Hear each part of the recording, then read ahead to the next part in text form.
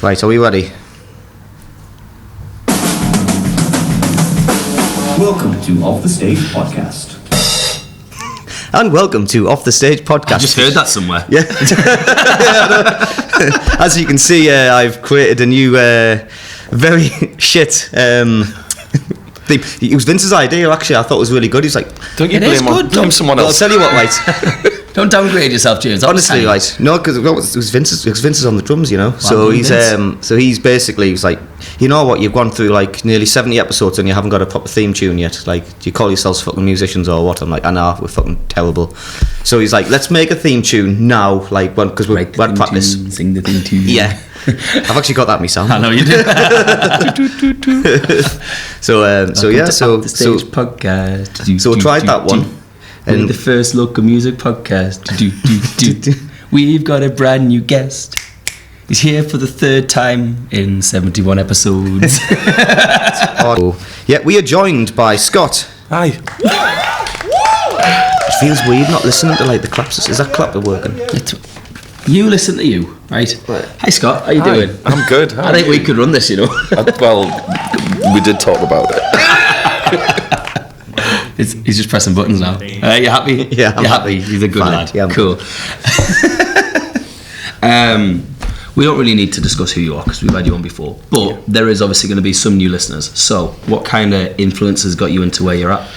Oh, influences? Very kind of mixed bag of influences. My dad had me listening to all kinds of heavy metal stuff, had me listening to the Smiths, The Cure, really old school Fleetwood Mac and that kind of stuff. And then I had my mum try to bring me up exclusively listening to Wet Wet Wet. So there is a bit of a weird mix, but I think you find your own way, you find your own path in music, and I ended up listening to some really obscure heavy hair metal bands and stuff like that, and I do feel like you can kind of take a bit of influence from anywhere in music.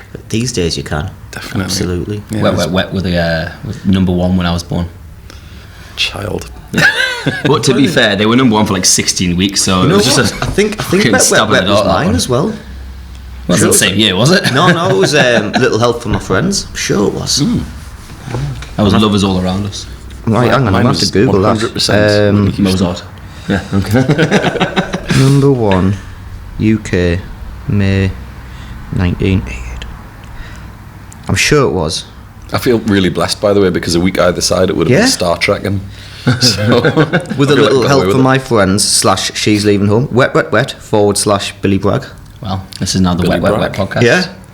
We haven't had them give us a little slur. We've had Busted, we've had Ollie Murs, we've had Andrew Cushion. I tell you what, I mean that's almost like a kind of like, you know, when you match like star signs and stuff. That's it. We'll match We're bands. basically Virgos. That's pretty much. Whatever that means. Wet Wet Wet Brothers. Yeah. That's a different title, isn't it? So James is kind of dying to figure this out, but we're going to do a what you drinking. We'll go with guess first. What we got today? I'm drinking a sticky toffee porter, and it's very nice. I'm enjoying it a lot. I got myself a drink, which I was also getting James the same one, and then they ran out of it. That far down. So Do you want me to guess this one? I do. Got It's it. a double a guesser. Right, no pressure. Do. Oh, it's like. I haven't even tried it yet myself.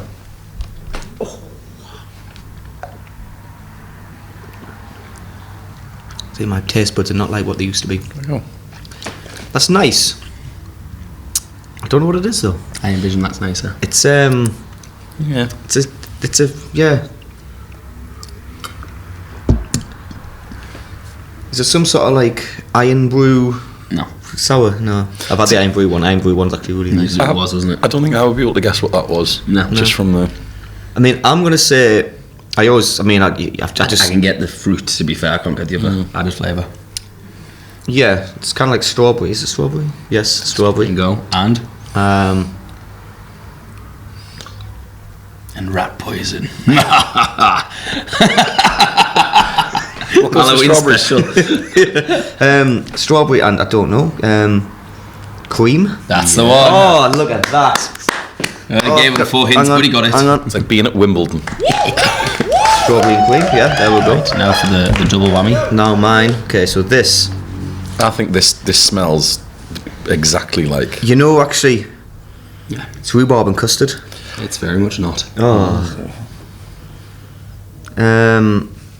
Because it tastes like No those guesses. sweets. It tastes like rhubarb custard sweets, doesn't it? It might taste like something like that. Oh, it's like it's like Percy Pig in it. I feel like he's never going to get it. It's not a It's like sweet, James. I know, but it's like Further away. it's not making taste. I just smell it. Yeah, well- but it smells sweet. Like Give it a swig.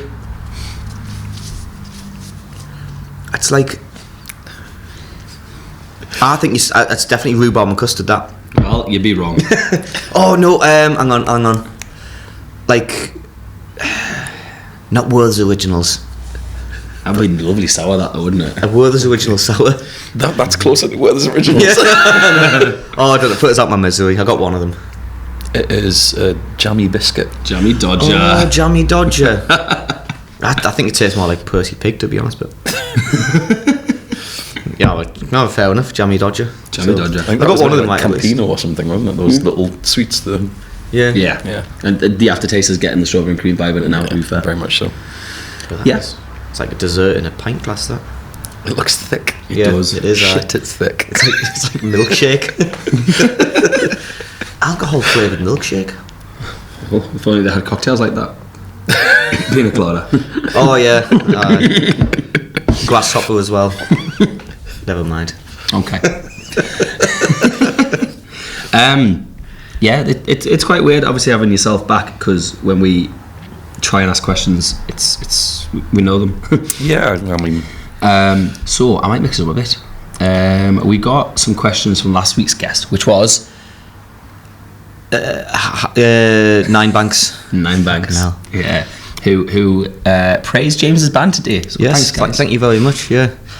Now, these first two are about bands. We're just going to assume we're talking about your band, Elizabethtown, and not necessarily the solo of Scott Keirs. So, question 1, you have to kick out a band member right now and replace it with anyone alive today. Who's leaving and who's joining? James is leaving. I was going to just hide under the desk there, just hoping you can see it. Like, genuinely, I feel like I'm the easiest member to replace. Like, I know that as ridiculous as that is, being my band, I feel like everyone else is very, very good at what they do. Everyone has a specific area of expertise, and I'm like the kind of floater in the band that doesn't particularly know how to play very well or write very well, but it kind of came together because of me, so I feel like I'm given like a freebie. To be fair though, you do live like 1,000 miles away. There from is everyone else that now. too. Who would you replace yourself with?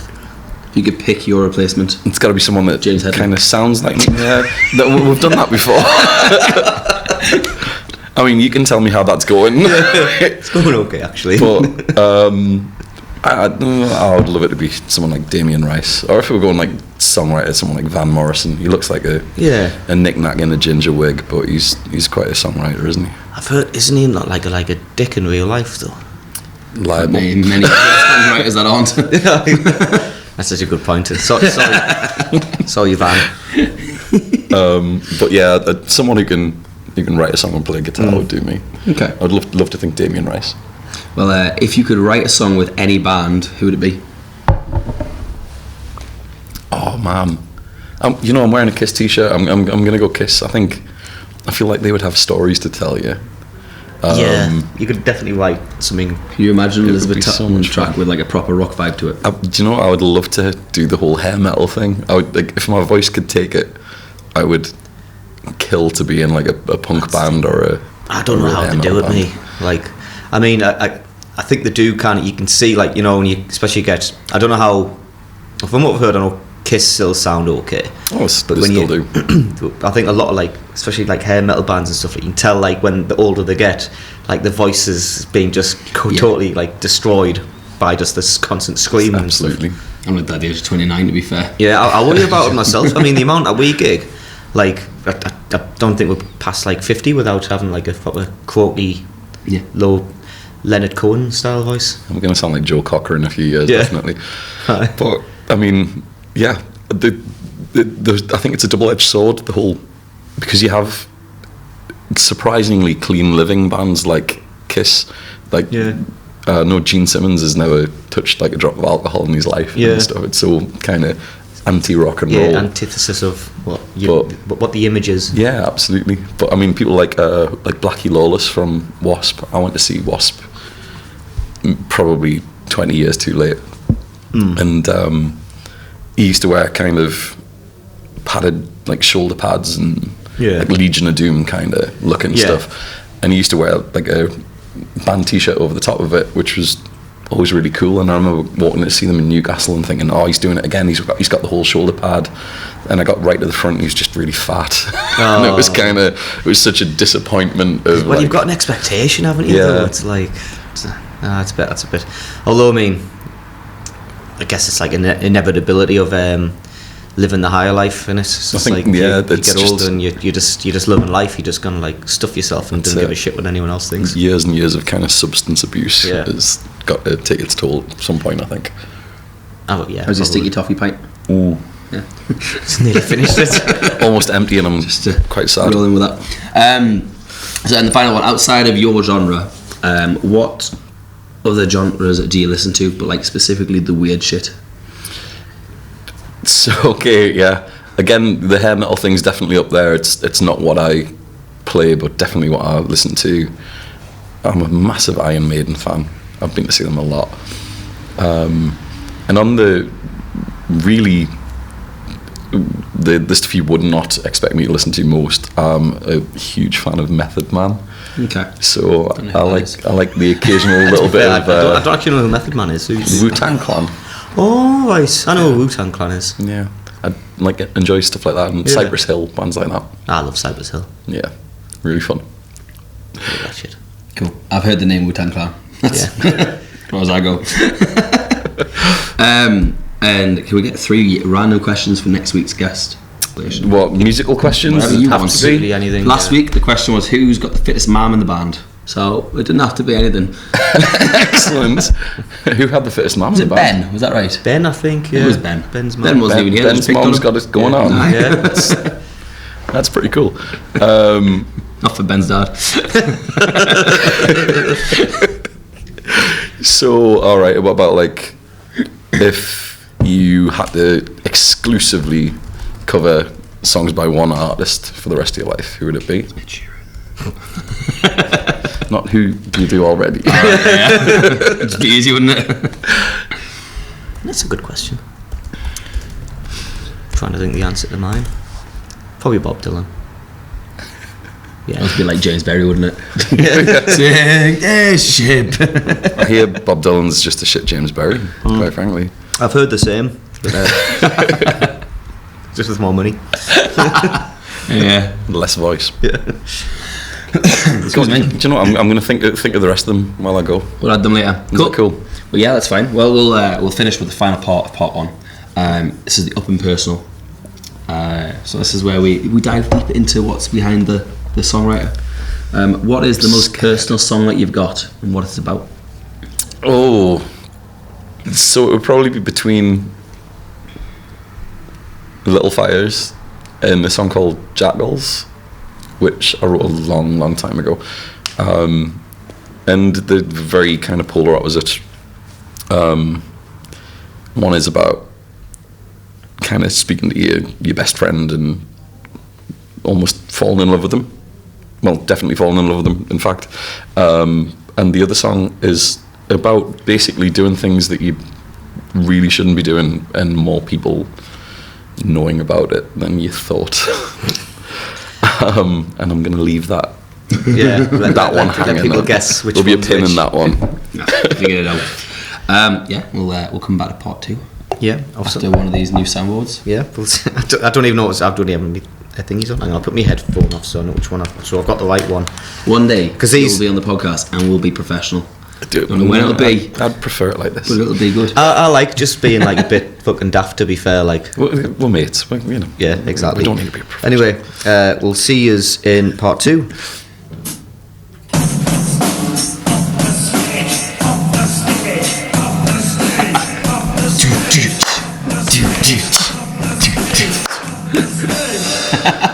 See you in a bit.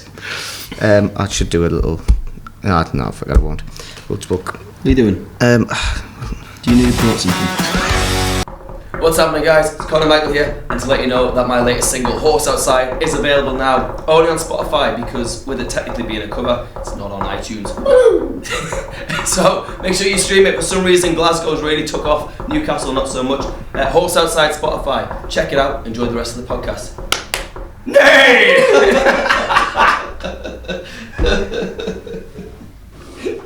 Right, is we ready? Yeah, let's go for it. We're back, baby!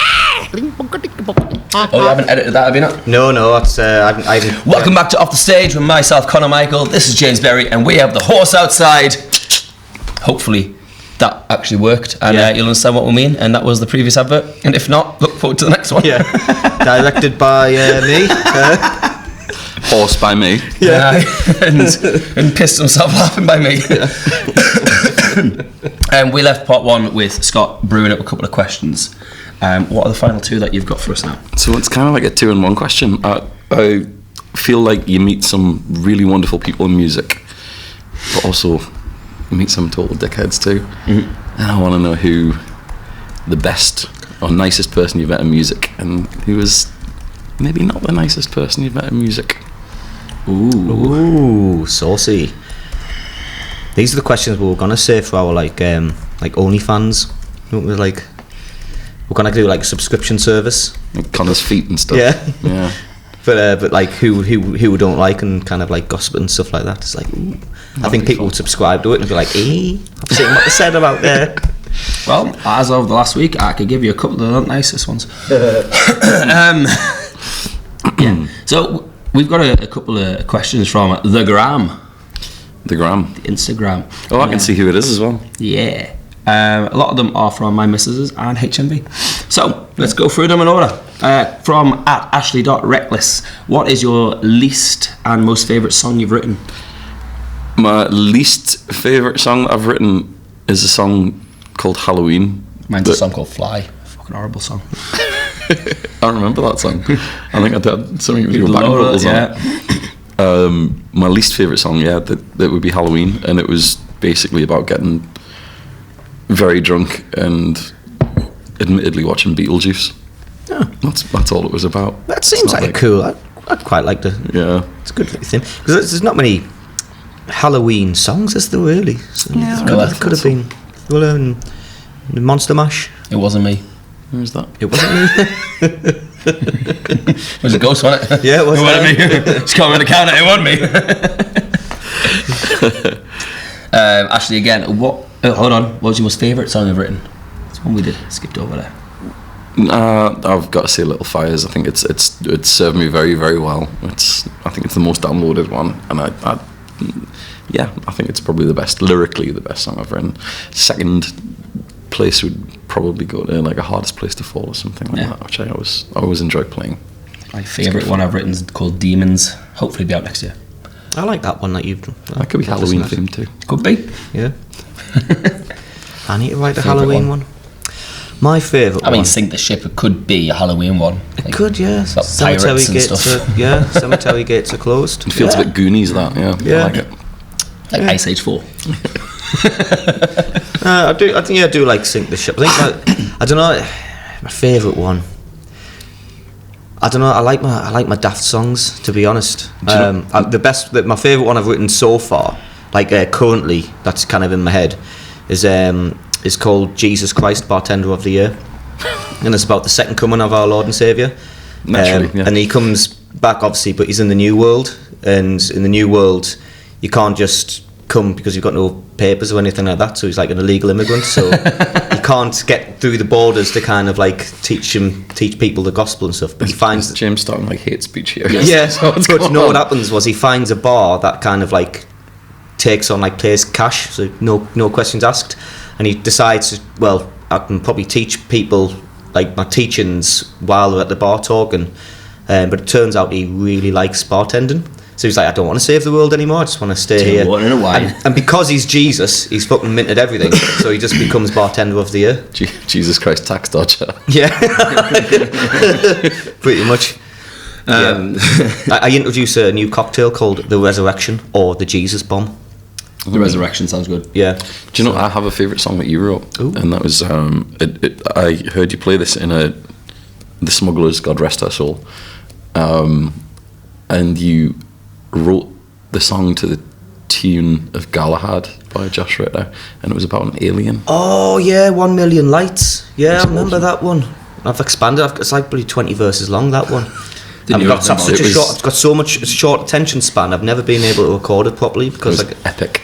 But it's cool. That's got a little cool message inside. It's about being different and how people don't like you being different and you got to conform. But yeah, I like that one actually. I'll have to rethingy that because I came up with a new melody to it. Yeah. So I'm not actually ripping off anyone. I don't. All my melodies are off somewhere. All melodies are ripped off somewhere. Yeah. Exactly. But it's whether it's deliberate. That's the question. But who can prove what these days? I don't know. Next one by Ashley. What is the first lyric you ever wrote, and how old were you? Oh, jeez, man. I'd start playing guitar at maybe 15, 16. But genuinely, the earliest song I remember writing will have been Jackals. I was only about, I want to say 16, 17 when I finished that and recorded it, which is fairly terrifying that we're still playing that now. Yeah. I remember the first poem I ever. I mean, it's not really a song. It's the first poem I ever wrote, and it was. I got videoed and I got sent to the local library for like readings and stuff. I still recite to this day. Welcome to Poetry Corner, ladies and gents. So this is when I must have been like, I don't know, 5, 6 years old. Might be older. It's just all a blur at that point. But I was young, you know. And we had to write the thing was you got to write a poem. That was your exercise in primary school. My name is James and I'm good at games. My favourite hobby is football, but my brother thinks it stinks. The brothers like football, but I needed to rhyme thinks with stinks, so it's just like You could have rhymed lames with James. I was only like Hello, James. You're never too young to be criticised. that was shit.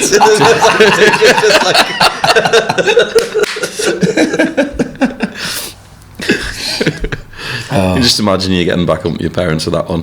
What's this shit? Yeah. How old are you? What are you? Yeah. Pretty much. Stop wasting your time with poetry and get back to work. Yeah. Oh, yeah. And the first song lyric I remember writing was "Don't Dance with Your Kind," which was released, but it was just called "Don't." I can't remember what it was originally called, but I went through like old archive books when I got finally learned into getting the music. Like, I'll reorder that. I can't remember which lyrics it was, but it was definitely that. I was ripping off Ollie Moore's "Dance With Night," but it was meant to be like a metaphor to I'm not going to go back in that relationship. Don't dance with your kind of thing. Yeah, good chat. That's cool. See, I've got really into the stacks writing method. I can't get into that. I love What's the stacks? So loads of books. David Bowie used to do it. You'd pick like 20 books or something, Oh, and you and just then pick a page, and then find one line on. Let's say you pick page 72. Yeah. You'd go to page 72 in each book and find one line on that page that sparks a bit of interest. That's in, yeah, Try and mix them around. because then you can kind of, because then you're always asking the questions, aren't you? Kind of, if you have just an out of context line, you're like, well, what does this mean? Then, you kind of follow a good story with that. I'm gonna try that. I'm sure Bowie as well used to like tear pages out of the newspaper and Yeah. like specific lines and just order them into a song. It's like that song, 36 dead at Street. Chubby little loser. Yeah, pathetic little fat man. It's extras context. Oh, anyway. Only fans. Yeah, yeah. Two more from Ashley. What is your favourite smell and why? Right now, this. I love Which when is you go an for like a oatmeal car stout. ride, you go for the countryside and it stinks of like cow shit. Like that's Yeah, that's like it's my 'cause you quirky, messed crazy up. smell. But do you not like everybody drives you? Oh, it's like that's proper fresh. That is just. It's disgusting. That is like I like forest smell, like trees and stuff like that. loads of trees. Yeah, Hay fever. Being a vegetarian, it's probably shameful to admit that if someone's cooking bacon, I think that's a pretty good smell. It's a good one though. But I always feel like if I can smell it, I don't need to eat it. So Yeah, that's true. I suppose. It's a nice smell, isn't it? Don't you drink that? I mean that is beautiful. That is an oatmeal stout. It's different. Oh, right, okay. That makes sense. It's very nice. Final one from Ashley. How many air miles do you have? Zero. I should have a lot more. Ashley needs a job. She's been busy today. Yeah, well, how many have I done, or how many do I have? I don't have like any collected air miles, but I do. We're under the impression that every time we're like, oh, I'm flying to America, and then we're like, oh, Scott's gone on Sunday, and then we'll see you again on Monday. We're like, he's just come back. But that flight didn't count, and we're like, we think you buy 4 flights every week, and you're just like, meh. Yeah, I've sadly lost a few, but yeah, very much well travelled at the moment, between like Canada and the US, and in the next couple of weeks, hopefully Belfast and Dublin. Pretty cool. Yeah, you keep me busy. Yeah. Moving into someone else at HMV Newcastle. If you could live in a movie, what movie would it be? I would love to think. Obviously Harry Potter. Then that seems quite a dangerous world, though, doesn't it? Like, Yeah, I just end up being like a muggle, being my look. Just like, you just thought you'd be I don't in know, the fuck, normal let's go. world. Like, I made Harry Potter, and yeah. we don't know it. For context, Connor spent his entire teenage years running into walls thinking he was going to go to Hogwarts. To be fair, I was 11. Wasn't 13. Yeah, but it didn't stop at 11, did it? No, of course not. I was trying every year. Dobby kept closing that fucking wall, you know? Yeah, well, dickhead. Well, yeah, I'm a total geek. I would love to think I could live in Gotham City. Think you could survive? That's exactly it. And but, I mean, admittedly though, if I could live in a movie where I feel like I would come out of it looking cool, it would be something like Die Hard. I would love to. Yeah. I would love to think I could be John McClane. But yeah, I'm gonna have to go for That was your option like to come out of a movie looking cool. Why did you leave Gotham? Could have been Batman. there's only one Batman. I'm not rich enough to be Batman. I'd have to be a supervillain. I like that meme where it's something like, oh, I've got Batman's powers but Spider-Man's finances. I'd definitely live in The Hobbit. Just I the knew you were gonna Shire. say that. I'd be like Just not leaving your house. I'd be the grumpy old man just who kind of like gets really annoyed at all these like travellers coming Like in. Gandalf. I've not seen Lord Not of the like Rings. Gandalf. I know you need to watch bloody Lord of the Rings. No, just a person like gets annoyed at like someone kind of say if some stupid kids are like playing with some football or something and it goes over the yard and he like knocking on the window telling them like fuck off and stuff like that. I But then kind of just see at the that's end- what you're like now, though. Yeah, I Like, know, that's it. That's why I flipping love it. But there's no other trouble. There's just kind of like, but there's green and you're in this little cool little hobbit hut, and then you've got like the pub that serves pints. Is that not Teletubbies? It's kind of like Teletubbies, but yeah, actually. But there's no Hoover. Just a little bit of context here as well. I picked up James to go to a gig quite recently, and a kid kicked a ball over his fence the day before. And as James was getting into the car, his neighbour came out and he was like, "Oh, so my kid kicked a ball over the fence. I'm really sorry. Is there any chance we can have it back?" And he went, "Oh yes, I'll get it. No problem at all. I'll throw it back over the fence." And sat in the car with me and went, "I put that in the bin yesterday."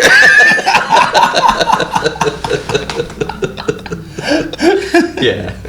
Oh, I hope your neighbours watch this podcast. Yeah. Doubt it. And if they do watch the podcast, we apologise for shouting horse outside. Yes. Great time. That was fun.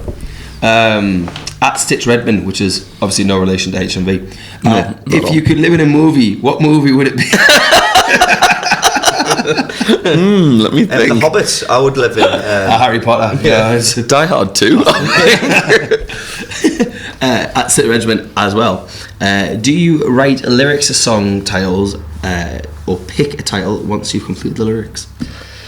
Usually, I will pick a song title after completing lyrics. However, when it came to Little Fires, I had the title for about 12 years and just did nothing with it. I had in my head that I was going to have a song or an album called Little Fires, and it never materialised until about 3-4 years ago now, I think. Or it didn't at least start until then. But what I also do, and I don't know if you guys do this, I always think I'm weird when I do this. I will start song writing under like an assumed title. For example, I'll pick something around the room that you know, I've done it I can occasionally. remember. Yeah. So, like, I've got a song that's called Lemon, and it has remained Lemon through its entirety. But the only reason it was called Lemon is because while I was writing it, I was eating Lemonhead sweets. Ah, right. So yeah. And like, so You just thought, I need something to name it. Recognise Yeah. this. Yeah. And I've done that quite a few times, and I don't know whether that's a. I've got one called Light Switch, but again, I was kind of like nothing to write about, and then I saw a light switch. So I made a metaphor about switching a light switch on and off, kind of thing. Yeah. What have I done? I've got a song called Notes, which is because I wrote the guitar notes to it first. Then I titled it Notes, and then I wrote a song based on like love notes, as it were. But Right. it was because I wrote the guitar notes. That's cool. That was my quirk. I've got a song called. Let's see if I can find it. I think it's this Plugging one. his shit. I think so. Yeah. Well, I haven't written it or anything like that. Maybe a green but screen it's- if you want to do music video. There could be a horse in it. I think it's something like it's called Sunday at 12:23, but it's because all my notes. That's how it records. So I've got a song called Saturday at 12:10, but that's just the name of the note. So I recorded that on Saturday at 12:10, but I've actually made lyrics for this song that actually matches like Sunday at 12:23. That sounds clever. very Simon and Garfunkel. That. Yeah, I so feel like it's pretty cool actually. I'll have to actually like release songs one of these days. Pretty cool. imagine that. Yeah, I keep listening to James's stuff on Alexa when I'm like doing the dishes and stuff. I've only got two And songs. you listen to No Regrets. He doesn't have many dishes. And then it goes to Espresso Martini, and then you're like, oh, that's done. And then out of nowhere, it goes, where did I put my keys? What the fuck is that? Secret bonus track where he takes the piss out of Bob Dylan. What about that one? Shit. Aye. That's a good way to sum it up. Yeah, that is Instagram questions. Oh, I should start the podcast. Oh, cool. I think that has been recording. No. I just haven't timed anything this time. Yeah, we could go to call that part 2. Yeah, absolutely.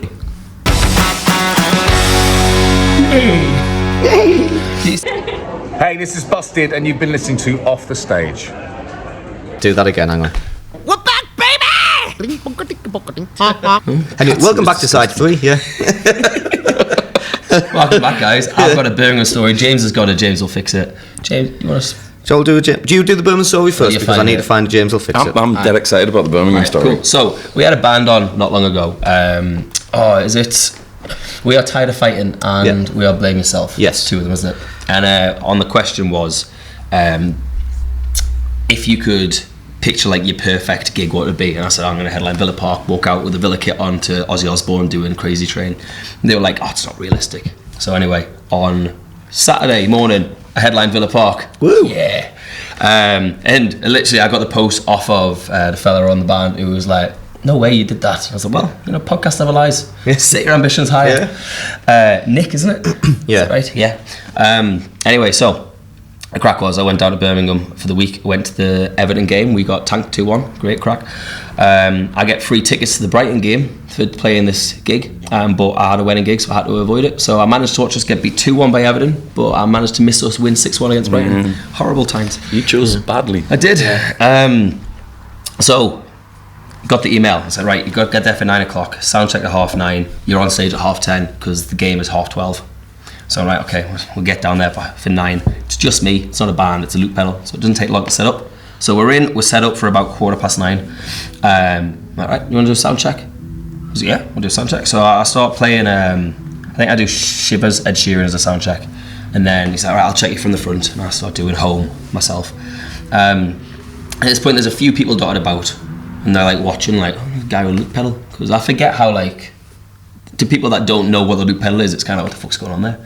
There's this one fella at the fence. And he is of a different ethnic, I don't know the right way to say that, but there's a different ethnicity. What's the word? Ethnicity. That one. And he's watching it and I'm thinking, oh, this guy's just like, he's observing, he's really proud of that. And we finished the sound check and he goes, excuse me, you're not allowed to play music before 10 o'clock and I've got children sleeping. At this point we're like 9:20. if your kids are sleeping at this time on a Saturday, you're going to be livid when you find out this Premier League stadium's about to get very busy soon, you know. And we're like, that's fine, look, the sound check's done, we're not on for another hour. He says, and I don't care about security, I'll come over this fence and I'll smash you with your guitar on the stage up. And I was like, right, okay, well. I love how you got the Birmingham accent on point as well. I'm Well, getting engrossed in the story here. I was like, well, that's okay, well, we're not, you know. I'm trying to just be polite about it because it's my first time there, I want a good impression. And he goes, if this was a white neighbourhood, you would be more considerate. And I was just like, again, I don't want to be that guy, but did he just play the race card? Yeah. I don't think it was racist to sound check No, I don't in the think morning. it is. I don't know where that comes under. Answers on I am postcard. certain there's some people on the internet that will disagree with me, and feel free to comment below. But I don't know how. Yeah, How that's an interesting one to be accused of. Yeah, that's. It's not, I mean, I'm not putting two and two together here. You know. to be I fair, don't think he did before. Even if that is the case, that's not exactly your fault. That's the sound guy who says, "Can you sound check, please?" Yeah, Yeah, Yeah, so very much so. but Yeah. regardless, oh, big stage. I think sounds are allowed after 9 o'clock. I think that's reasonable. Like I think so, at 9 if you wake up o'clock, on a Saturday morning and your neighbour's cutting the grass and it's 9:10, they kind of got a point. They're up, they're out. If they're doing it at 6:10, you go fuck off. Yeah. Right? I think 9 o'clock's reasonable.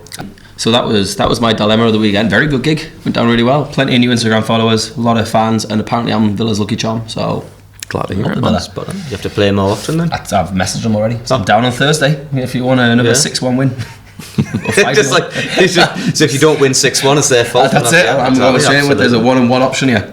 Make a point. Anyway, can James fix it? Yeah, that's what we should call it, because sometimes I can't fix it. Sometimes things are unfixable.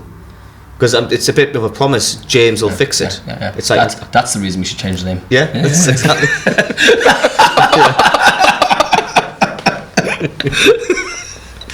It's me trying to subtly get out of the air the name there. You're a bad man, but you did some lovely charity work. Yeah, James isn't that bad. I'm not that bad. I don't need charity work though. Yeah. Right, swiftly moving on. Yeah. Okay. So Very I've got. swift. Yeah. So I've got a. So can James fix this? On r/musicians. This is by user HerBizarre17. It says, bad at covers, good at originals. Is it possible to be bad at playing covers but good at performing writing original material? No. Just give up now. You're obviously not cut for it. Yeah, if you can't perform covers to people that are enjoying the song, you're going to really struggle to play to people that don't know what the fuck you're playing. Yeah, that's true. Just give up. I don't think I can fix this one. No, let's be serious. It's not a bad pathway to go down because I think covers overtakes a lot of musicians. I do feel like there's being a singer-songwriter are two very, very different things. Absolutely, as well. yeah. What's I was going to say? Like, I'm only joking, by the way. Don't give up, because there's a thing. It's kind of like when you're writing your own stuff, you're conveying your own personality. Whereas you're playing cover songs, you're trying to convey someone else's kind of imagination onto something else, and you might not fit. It might not fit. Yeah, I think Frank Turner's a really good example of this. Yeah, where he'll cover songs and it takes on a totally different persona. yeah. It makes it his own. Yeah. Like, he doesn't have the most particularly beautiful voice or anything like No. that. He's not someone you would associate as a cover artist. No. But hearing him write his own songs, it's got feel. It's got. But I think, yeah. So if you wanted to be good at cover songs, make the cover songs, put your own spin on it. Because I mean, I do that. I think everyone, because otherwise you're not like a. People get tribute acts and cover acts mixed up. You're not always a press play there. You're not always like you're a cover artist. You're not a tribute act. So you don't have to do exactly the same as what the record is doing. Yeah. You don't have to look like them or sound like them. Yeah. Just put your own little thing on it. Then you've got your own sound, your own personality. Just a cover, you gotta believe me. Yeah, damn right. So yeah, I mean, I don't know if anyone else wants to add anything with that, but I think. I mean, being good at cover gigs kind of helps you build a bit of a presence on gigs in general. It's a lot easier to trial some cover stuff and see the crowd react to it, and then be like, well, I'll add that to my original set, then vice versa, because I could sit there and play Home to a bunch of people that have never heard it, and they'll be like, if I play Belter, they're all getting into it, and I'll be like, well, I can turn that into that, I can add that, I know that's going down well there. So it's fine, you can still just do original gigs, but use covers as like a practice run for things. Where I live as well, there is nothing. There are no covers gigs. There are just original gigs, and it's quite a refreshing kind of feel. So to be able to just walk into a bar and know that everyone in there is expecting to listen to just your original music it's huge. It's a lovely thing. Yeah, yeah, that's pretty cool. I love that. It's kind of almost frowned upon for our 100th episode, which is only 30 weeks away. We'll have to go to Cincinnati and have a little bit of a off the stage special. Definitely, let's do it. Yeah, Scott's going to buy our flights with all the air miles. Yeah, all the doubling the gigs. My doubling, folding cash. Yeah. So we normally got the question of what songs and shows you got coming out. Have you got anything rocking up? Do you know? I really do not. I've kind of come over here and done so little in the way of promoting original stuff, but I am hoping, and we were talking about this last night, hoping to get a little Elizabethtown gig in before I head back home, which would be nice to do, even if it's just like a little acoustic show or something like that. Yeah, definitely. I'll be up for that. Good man. Because you're kind of part of the band. Yeah. You know? If not, it's just Scott and a fiddle player. It's just me on my own, crying in a little polythene grief cave. But yeah, I mean, I would love to get some stuff. I was recording a song with a lady called Kirsty Forster the other day, and we're planning to release that too. But I think that's a couple of weeks away yet. Cool. It's a song called Dear John, and it looks pretty good. It's sounding great up to now.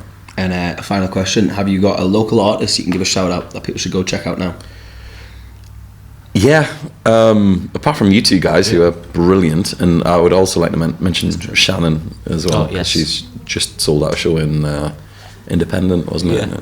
I wish I could have got there. Unfortunately, I was working. But Is that the one you were gigging for? Yeah, Was it good? It was really good. So I ended up sitting down, crossing my legs, and I couldn't get back up. I realised how old I was. I was like, shit, I can't actually get back up here. Like, use the strength of 1,000 gods to like force myself kind of pre-1990 babies. Yeah.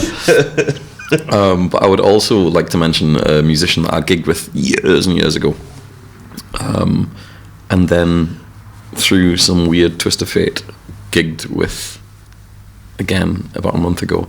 There's a guy called Nick Wood, who you mentioned Tired of Fighting. Absolutely. I was genuinely blown away by how good a songwriter he was. Yeah, he's really good. He was fantastic, and really freakishly, the last time I met him was in a singer-songwriter competition that I won, and I remember getting the prize money for it and thinking, like, that kid deserves this so much more than I do. But yeah, he's a really fantastic songwriter, and I love his song Chocolate. It's a great song. Yeah. Cool. I think Excellent. we can call that a pod there. Yeah, absolutely. What's your socials for people to go find you? So Scott Keirs, SCOTTKEIRS, gets you pretty much everywhere other than Instagram, which is Scott from Elizabethtown, and yeah, Pokemon Go, Tinder, all that. All right, I need a Kangaskhan if you can find one.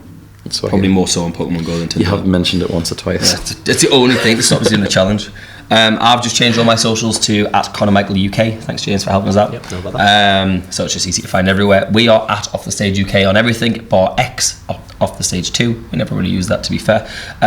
If you've got any questions for James to fix it, by all means, email us, message us, just send us something in. We don't have to check Reddit. I'll not be Tell that us. crass to. I'm only that crass and joking crass to like absolute strangers on the internet. If you want to send me an honest thing, I'll do my best to give you some honest advice. Yeah, and if you want to stay anonymous, that's fine. We'll try and remember to do that. Thanks for coming down. Anytime. You see, you've got a guitar with you. What are we going to hear in the next set? I do. I'm thinking of if James will help me out with some harmonies, we might do a song called Queen of Hearts. Cool. Yeah. We'll see you Give it a on go. the next one. Do I have to do the off the stage outro thing? I'll just do it anyway. Hi, I'm Ollie Mers, and you've been listening to Off the Stage Podcast. Go check it out. It's brilliant. Who was that?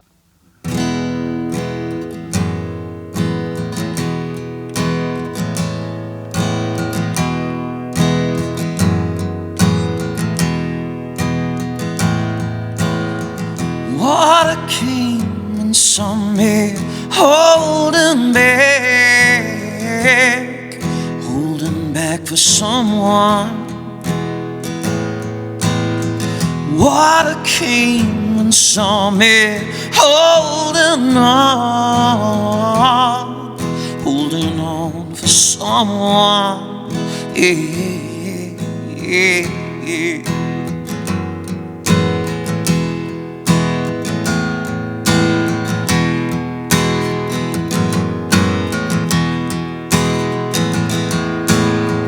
What you see is the life I had.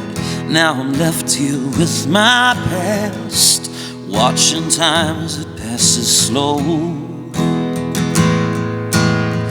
just to see the reasons why you could have come past me by. Or maybe I'm just blind, because the water came and saw me holding back for someone. Water came and saw me holding on for someone.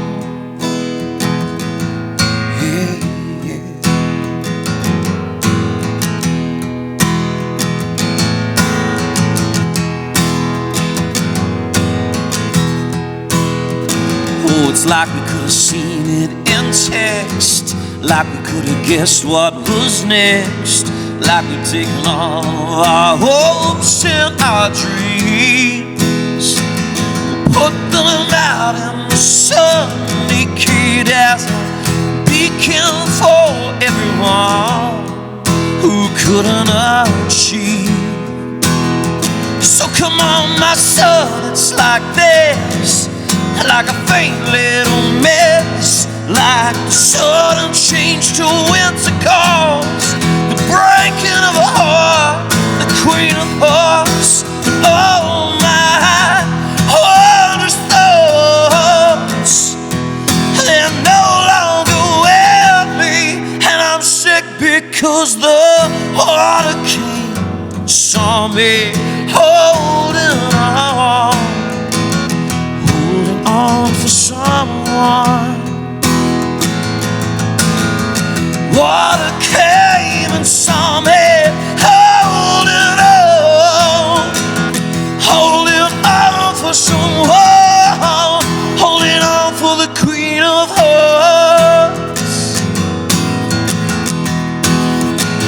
the queen of hearts.